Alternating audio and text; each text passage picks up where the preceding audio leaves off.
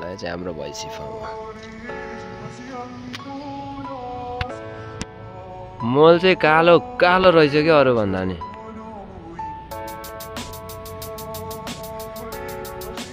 यतापट्टिको चाहिँ काँचो रहेछ क्या। ओ मिलन, ओ मिलन, यो ट्र्याक्टरको टाउको चाहिँ खोइ त अन्त। ट्र्याक्टरको टाउको हलो लिनु गयो हा। आज मैले मकै छर्न लगाएको। हिजो चाहिँ ट्र्याक्टरमा मल ल्याएर मलसुल पनि हालेर छरिसक्यो। यहाँनिर त ट्र्याक्टर चाहिँ यता छ, जोत्ने ट्र्याक्टरले गुरु बनाएर मकै छरेर यही जोत्नु पऱ्यो भनेको क्या। झाप चाहिँ मकै छर्ने जोत्ने अनि त्यसपछि त्यसलाई चाहिँ के भन्छ जिलाएर फ्याँक्दिने क्या। मकैको बिउ चाहिँ यहाँ छ, 600 रुपियाँ केजी भन्छ। मकैको बिउ पनि कति महँगो होइन न, 600 रुपियाँ।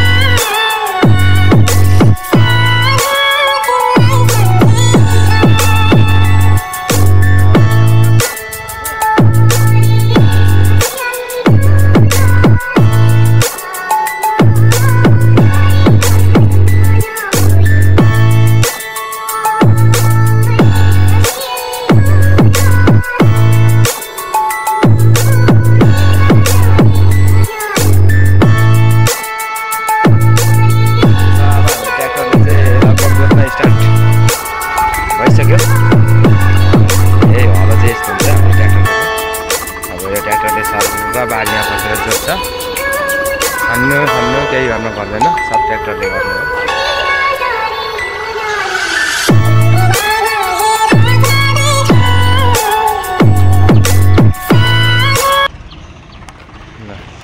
कसरी जोत्छ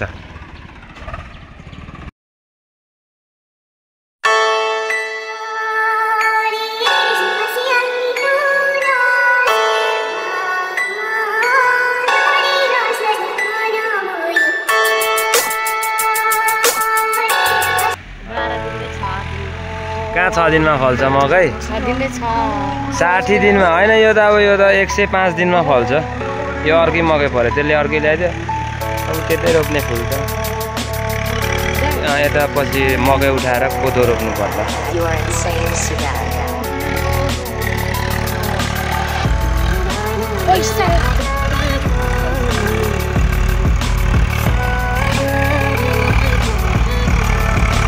ल ट्र्याक्टरले चाहिँ यसरी जोत्दैछ है। यहाँ हेर्नु न चराहरू आएको के, यहाँ हेर्न मकै खानु आएको के।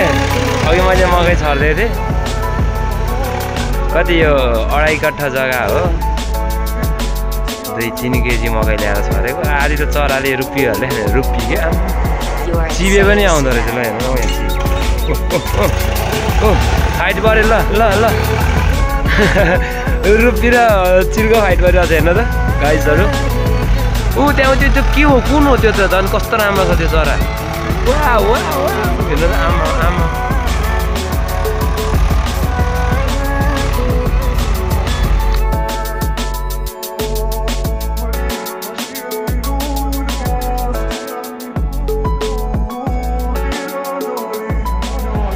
आमा यो मकै छरेको हेर्नु न, चरा कति धेरै आएको के। त्यहाँ आउँछ र आमा चरा यस्तो। हेर्नु त, देख्नु भएको छ चरा?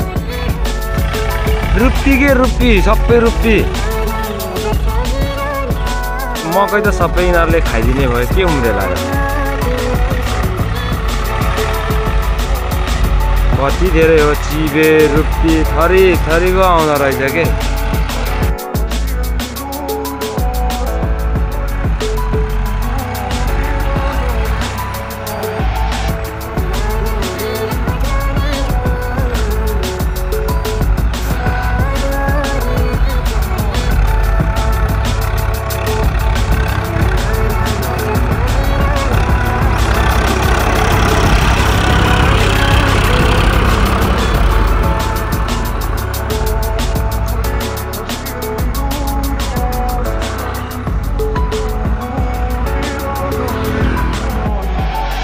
साथीहरू, यहाँनिर चाहिँ हाम्रो रिसोर्ट बन्दैछ।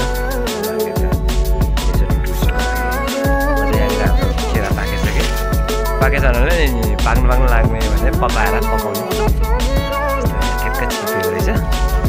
अब यता काम गर्दैछ, यताबाट छिपेर झट्ट केरा चाहिँ काटिन्छ होइन। काटेर लगाएर टक्क पकाउने, त्यसपछि खाने हो।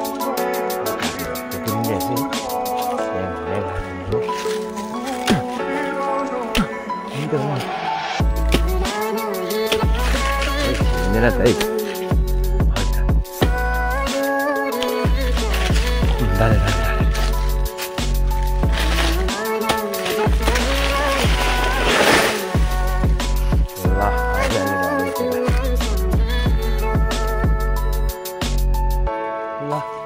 फाइनली केरा पनि काट्यो। तल झरे केरा काटेर तल लडेको थियो नि त। केरा त पाकिसकेको पो रहेछ त।